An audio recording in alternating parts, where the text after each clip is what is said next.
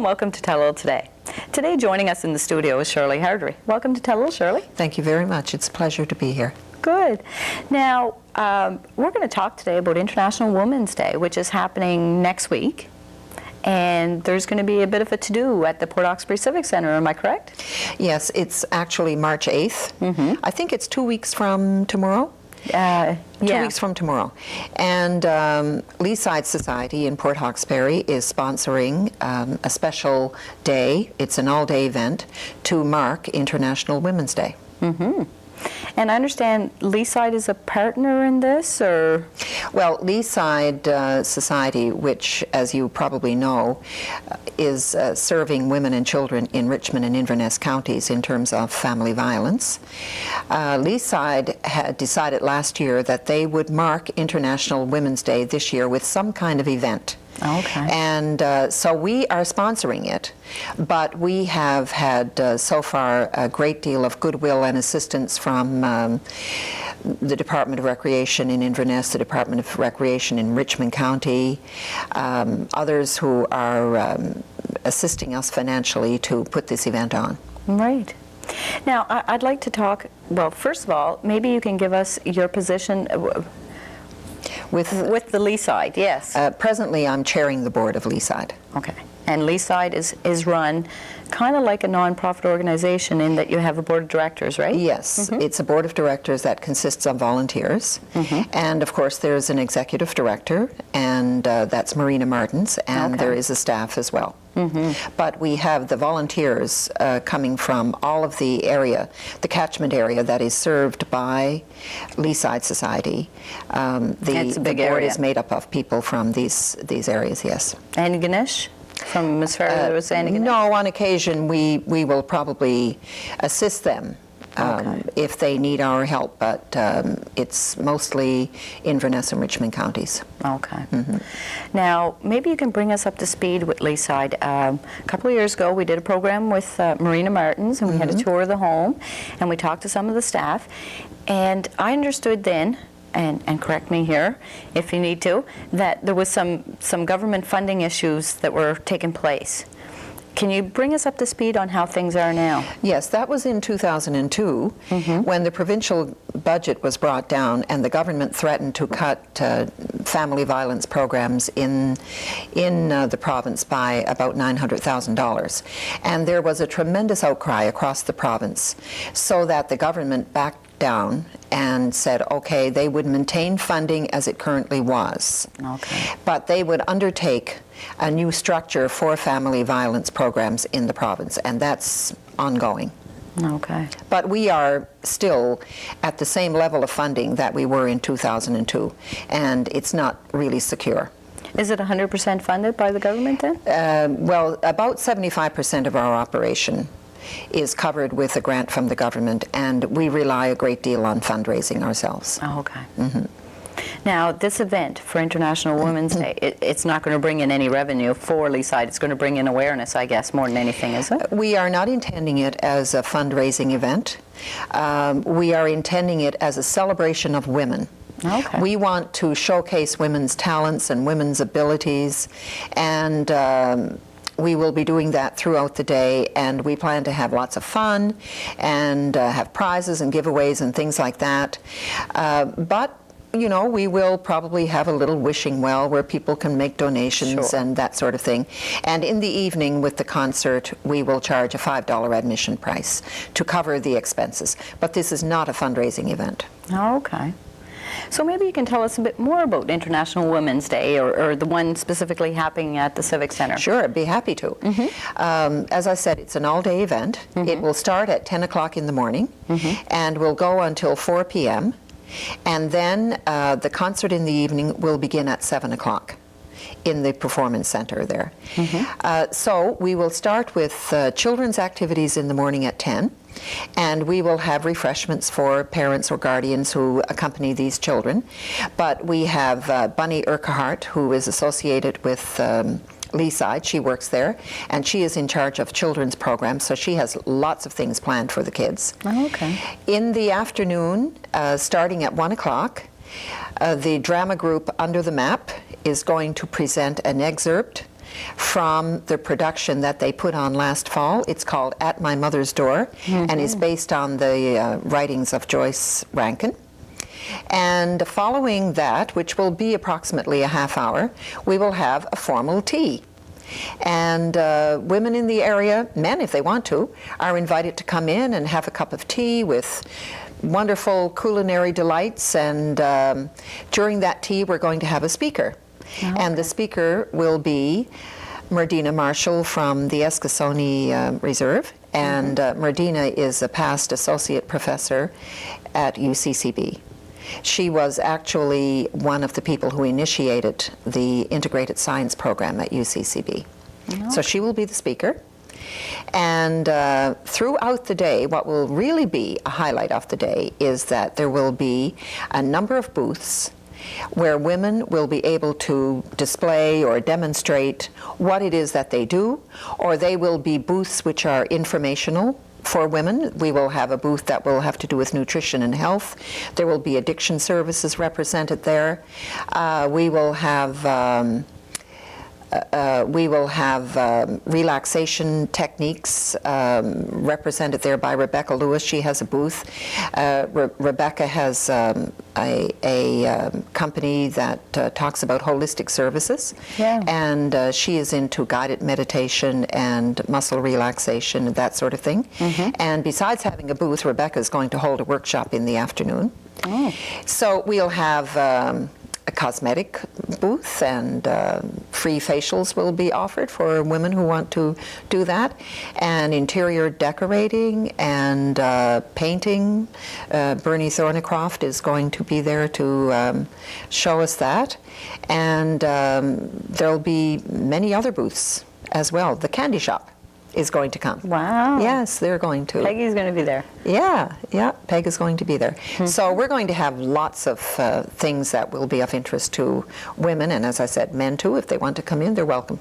Okay. Yeah. Sounds like an awesome day of pampering. And the Hawk is going to be there in the morning to do a live remote. Oh, okay. So they've been very, very helpful and are giving us some promo ads free of charge, which we really appreciate. And so the whole thing will culminate with the concert in the evening. And who's performing at that concert again? Well, we have a number of performers from the area. I'll just get my list here to make sure that I get them all right. It's a bit of a variety concert. It's not just one performer. It's a multicultural concert, and it's going to represent people from the Black community, from the Native community, and Acadians. Yes, and we have a group of the Acadian community. We have a group of 7 or 8 women from Member 2 who are singers and drummers, and they are called, I don't know if I'm getting this pronounced right, Wekatesk. I think it is. And I think they also tell stories, so they're going to be present. We have Kathy Rhodes Langell, a gospel singer from Guysborough. Oh. She will be there. The Renee dancers from Arichat, we are hoping. They're not all available right now, but we are hoping that a couple of them will come, as well as school day too. Yes, that's right. Aurélie Cormier from Cheticamp, a singer, she's going to be there. So we have 2 representatives from the Acadian community, which we're delighted with. And we'll have Jeannie Becks from Mabu. She's a singer. Gaelic? I'm not certain. Scottish Gaelic, you got to have that in there somewhere. Probably, yes. Lisa Cameron, singer from Marguerite. Shelley Campbell, a fiddler from West Bay. Amanda McDougall plays the piano. She's going to do some of that. Heather Richards also plays the piano and the flute, and she's a singer, I think. And so she's from the Port Hawkesbury area. And we have step dancers. Mary Janet McDonald's daughters, Margie Kelly and Krista, are going to step dance. And Cheryl Smith from Port Hawkesbury, she's a drummer. She'll be there. And the Highland Dancers, under Dale Ryan, they'll be performing as well. And we may even have a sax player, Monica McDougall from Sydney. So that will give you some indication of what's going to happen there. There could be more as well, but these are the ones that we have confirmed up to date. Yes. That sounds good. So for Yeah. $5, you can get to listen to all For $5, everybody in Port Hawkesbury and all the surrounding area where Leaside is served are welcome to come in and bring your family for the concert. It should be fun.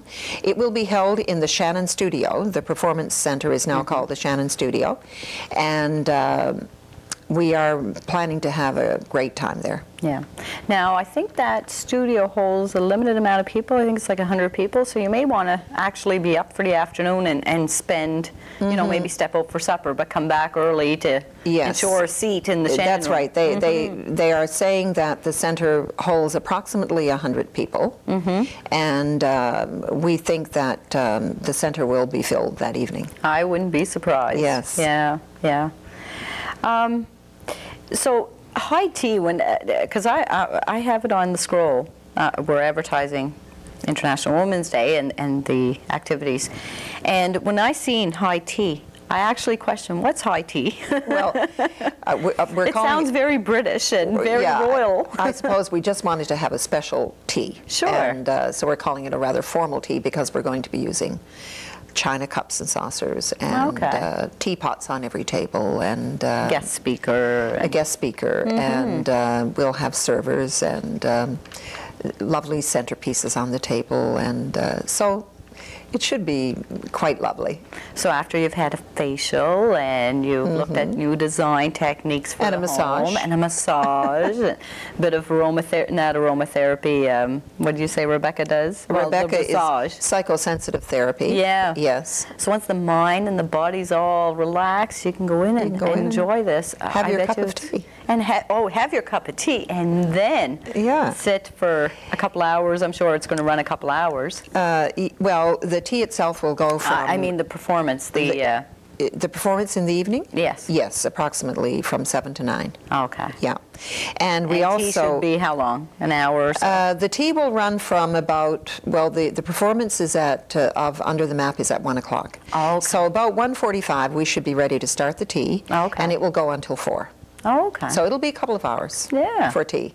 Oh my God. We'll have several sittings, I'm sure, with people coming and going. Is there a disadvantage to having this on a weekday? Because I have to work that day, I'm afraid.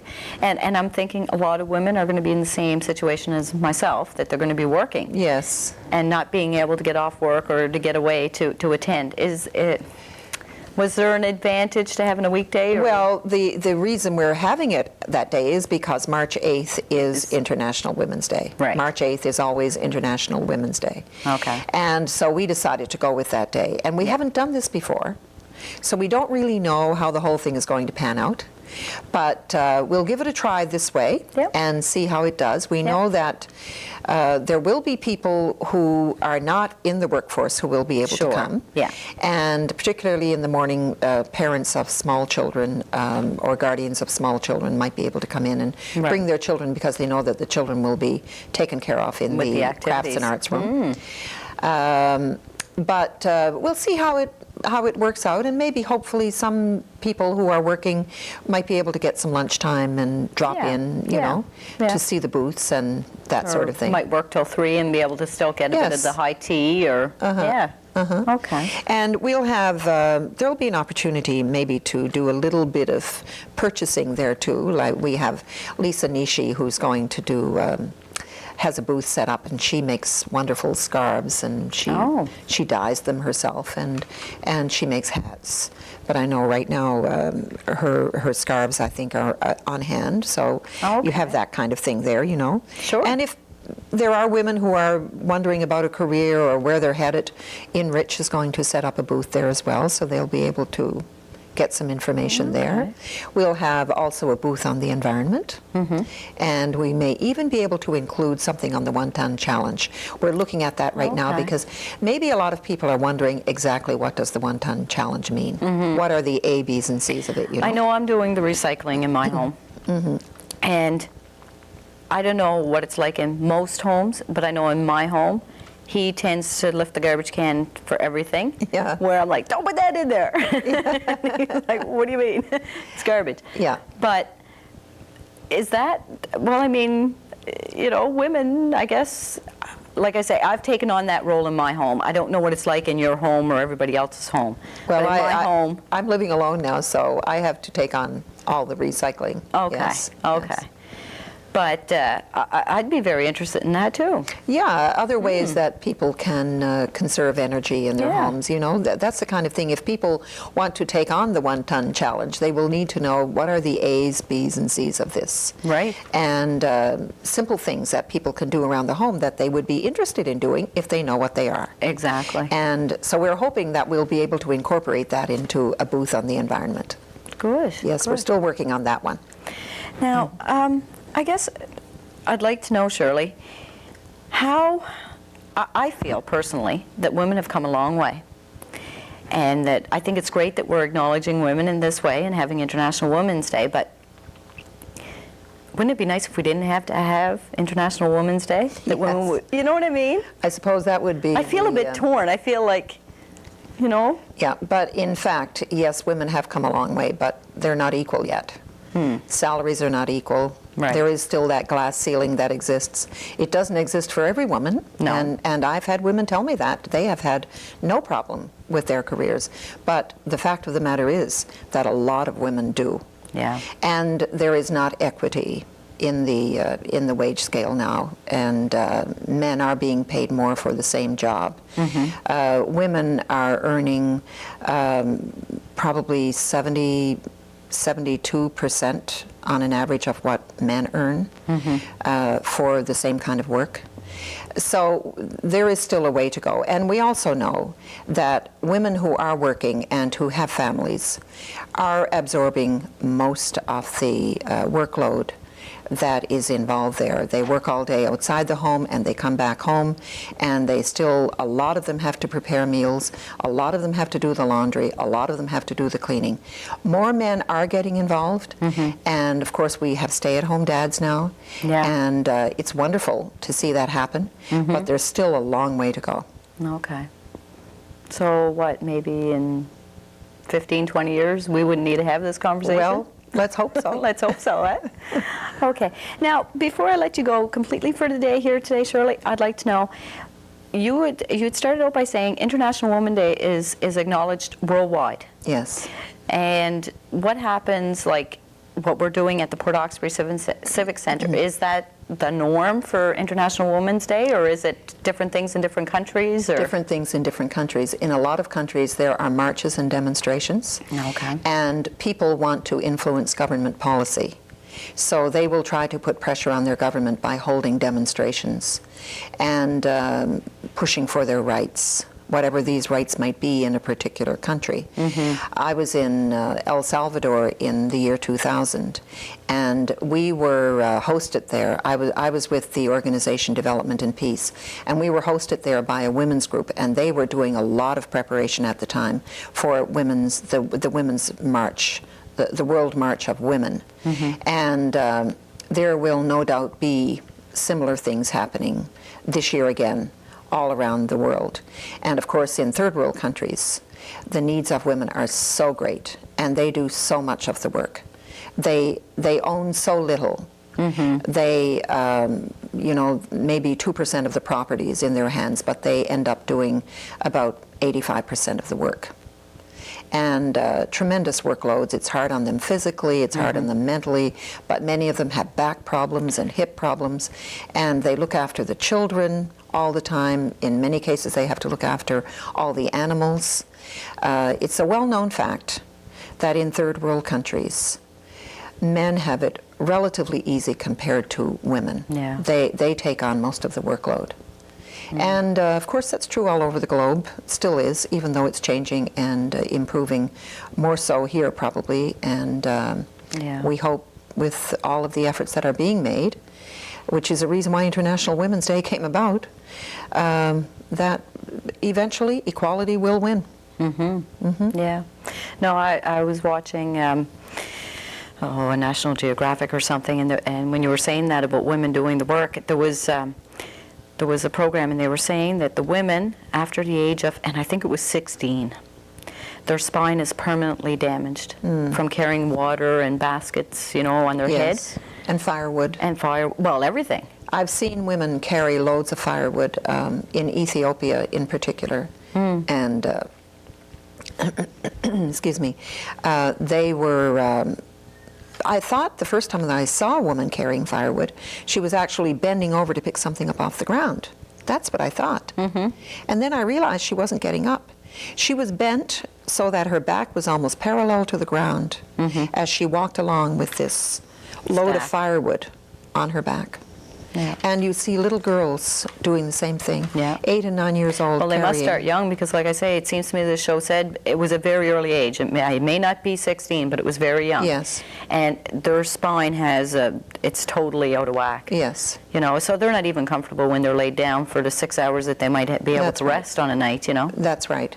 Wow. And, you know, their life expectancy, of course, is much shorter than ours. Yeah. Well, they work a lot harder. In the 40s in a lot of these countries for women. Wow. Wow. So we have come a long way. We have a ways to go. We have a ways to go. So we're fighting for all of the women in the world. Yes. And that includes those who are most burdened and includes those who don't have a voice for themselves. So by sponsoring an event such as International Women's Day, we hope to be a voice for women and to celebrate women because they are wonderful people. Wow. Well, that's great. Well, I want to thank you for coming in today. And before I let you go, is there anything you'd like to say to maybe encourage people to come by the Civic Center on March 8th? Well, I'd like to thank you, Rhonda, for giving me this opportunity to advertise this event.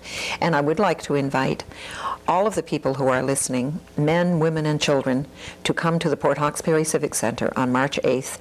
There will be lots to see, lots to learn, and there should be lots of fun as well for everyone. Thank you very much. Thank you. I'd like to thank Shirley Hartery for coming in today.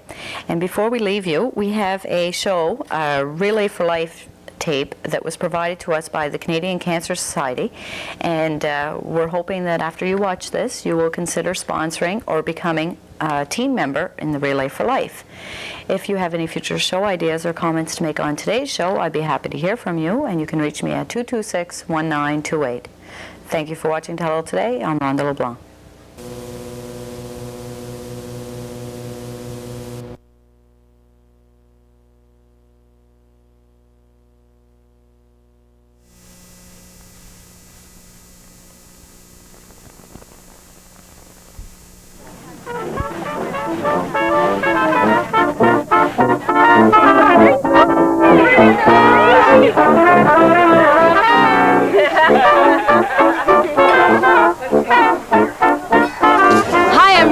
And welcome to Relay for Life.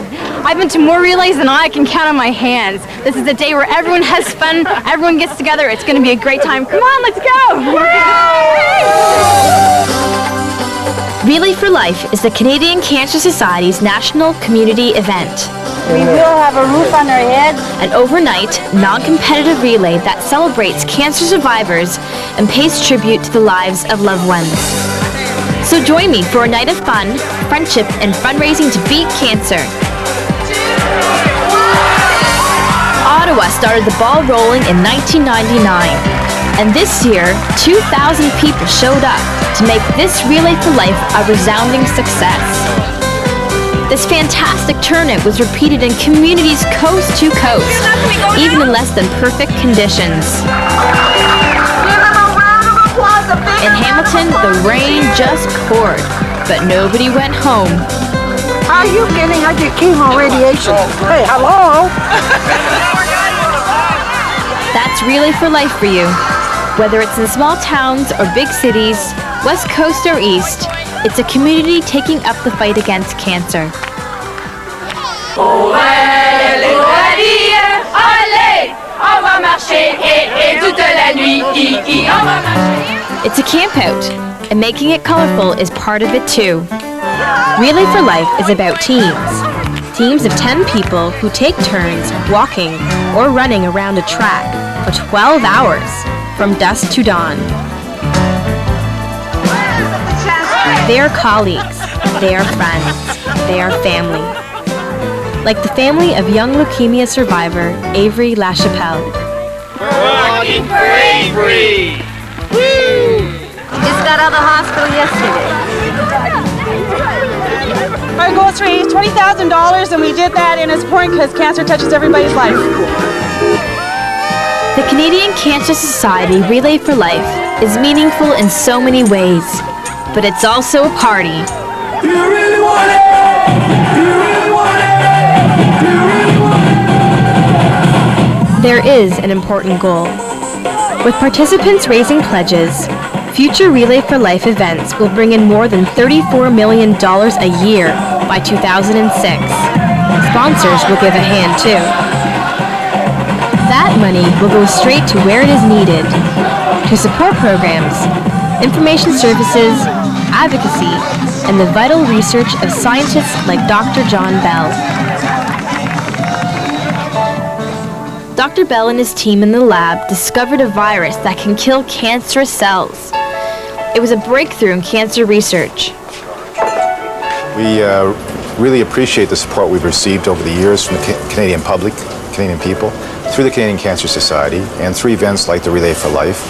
And without these events and the money that's raised by them, we couldn't possibly do the research we do today and in the future.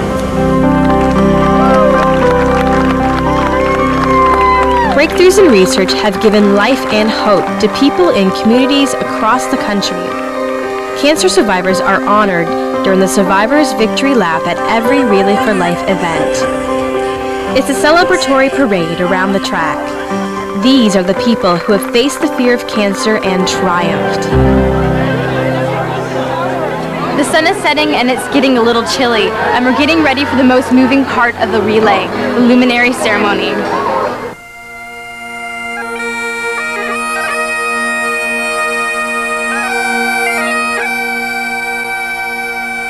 It's a touching moment that honors the people who have survived cancer and those who have lost their lives to the disease.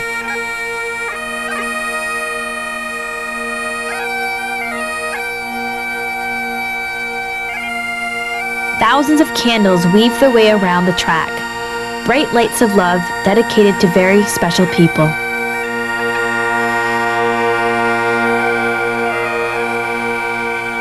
You will always be part of us. For those we have lost, we cannot see you, but we feel you. It's a gentle sense of hope that there's so many that still care.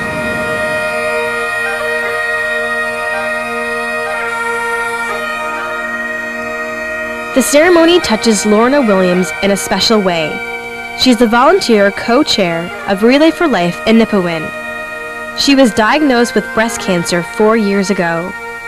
The Canadian Cancer Society offered her support by matching her with a cancer survivor in her community. Really helps to talk to someone who has been there, done that, because there are others who are there for you, but they don't quite know what you're going through. So I think it's very important that we can help each other. And we have. And we have. The money raised at Canadian Cancer Society Relay for Life events helps fund the support programs that connect cancer patients and family members with others who have had a similar cancer experience. Very much appreciated. Very welcome. The tumor hopefully is localized, which makes our toll-free cancer information service lends an ear. And there's our wealth of publications offering current facts on many types of cancer, cancer prevention and screening. Our website brings the information home to Canadians. Giving one day to the fight against cancer could add years to the lives of others. And when you catch the relay bug, it will change you forever. You see, I understand. When I was a little girl, I had cancer. And that's why I keep on coming back to the Canadian Cancer Society's Relay for Life and making it an important part of my life. You and I follow the trace laid by people of faith and bright with hungry eyes. You and I could conquer the stars if we tried, or simply live by simpler vows and let the storm go by.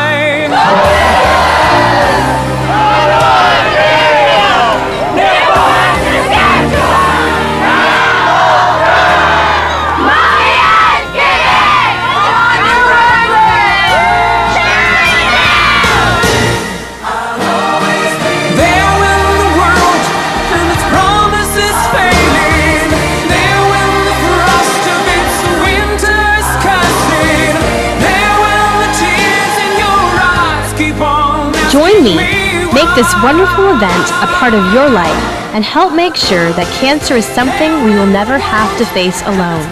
Together, we are strong in the fight against cancer.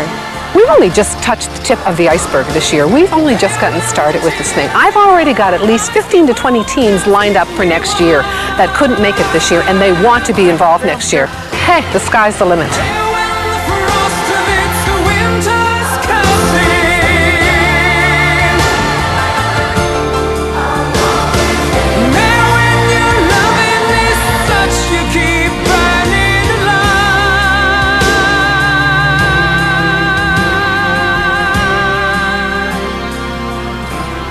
I'll always be there.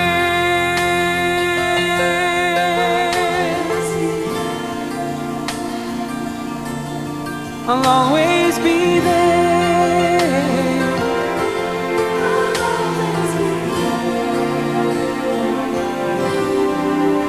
I'll always be